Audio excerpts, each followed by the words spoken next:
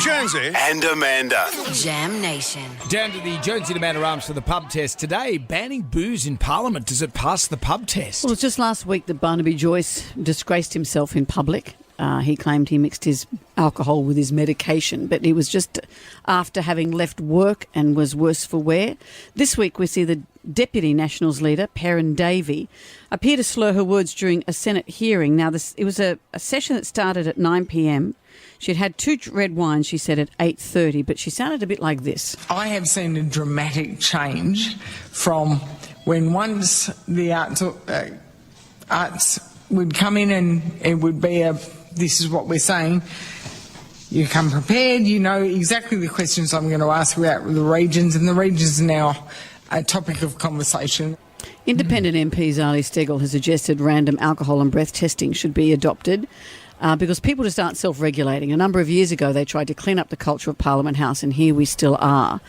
But I saw a petition, but the people were asking to sign a petition banning booze in Parliament. And a new phrase has entered the lexicon, pissed as a gnat.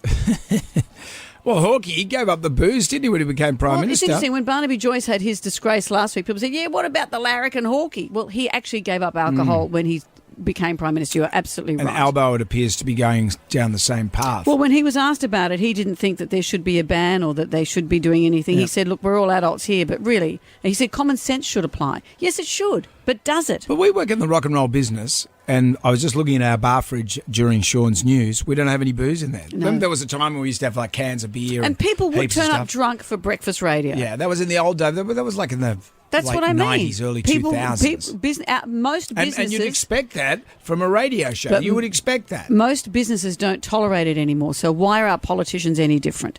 Banning booze in Parliament, does it pass the pub test? Definitely a ban should be in place. They're not making decisions every now and then. They're making decisions constantly, on the hour, every day. You know, I'm in a job where I get tested for drug and alcohol for something that might never happen. I definitely think that they should have a drug and alcohol test randomly. I think they should drug test these politicians more. When we get pulled over, they drug test us, they pick us for alcohol. I want to see alcohol banned when it comes to politicians.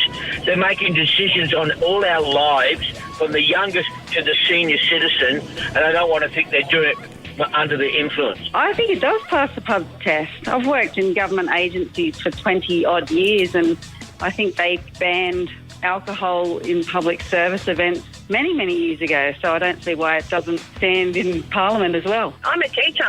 I don't get to drink while I'm working, and I have to wait till I go home before I get to have a drink. I don't even get to go to the toilet when I want to. That's true. Imagine the teacher leaning in having a beer at the front of the class. Or wetting their pants so they can't go to the toilet. Excuse me, kids, can I go to the toilet? Can I get permission, please?